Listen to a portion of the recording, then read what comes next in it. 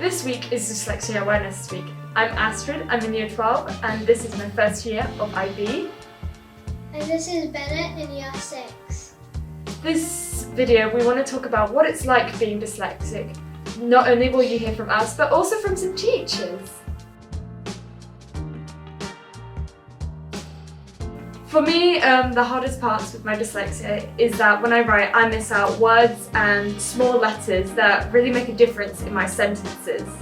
I also have a bad learning memory where I tend to learn things a little slower, unlike my peers. For me, some of the hard stuff with having dyslexia is processing stuff fast, unlike some of my friends, and also reading and remembering words. As a child, I always picked up for my spelling, and my reading pace was slower, and I often had to reread things to be able to take in the information, so I struggle with my processing time a little bit, and I have to really work on my attention and my focus because I often lose that quite easily. It's also displayed, especially in adulthood now, of my organisation skills and planning tasks. I can really struggle with that sometimes as well. So dyslexia has its biggest impact on me with my spelling, handwriting and organisation. I'm quite a slow writer and I tend to lose things quite easily. I have to have a lot of systems in place to support all of my organisational skills. One of the hardest things for me is getting all the words in my head. I think my thoughts fly way too fast than I can write, and it's really hard getting it out on paper. I have almost the same thing, but I have it all in my brain. I have all the answers sometimes in my brain, but it's really hard for me to get it out on a piece of paper.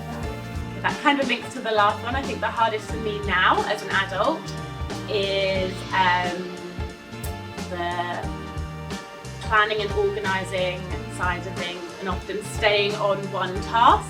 I'll often find it really hard to concentrate on one task for an extended period of time, and I'll go off track and do something else, and then I'll come back. So I have to work really hard to organise my time effectively. I think the hardest part would definitely be the organisational skills. I find it's quite easy for me to misplace documents or to forget to do something. I have to really make a conscious effort to be aware of all those little organisational aspects of my life. For me, dyslexia has helped me be really organised. I have found a way to sort of structure my time and make sure that all my tasks get done, which is helpful for the IB. The positive thing when I have dyslexia is I went to school and I made lots of friends, and I feel like with dyslexia I can think out of the box and I'm really creative. Yeah, so I found this a really tricky one to answer because I've never considered the positive sides of it, and I think often sometimes it can be seen as challenges or ways that we need to support people who have dyslexia, and actually there's a lot of positives that come with it, but it's really hard to distinguish what are traits of dyslexia and what are me just as a human being, and I think the two are really intertwined, and I think it's shaped me for who I am, and I think that's a really positive thing in general.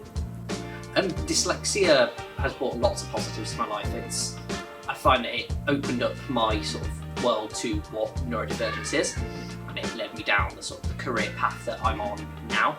It's allowed me to be a lot more empathetic with the students that I teach because I've got that shared experience of finding tasks difficult for various different reasons.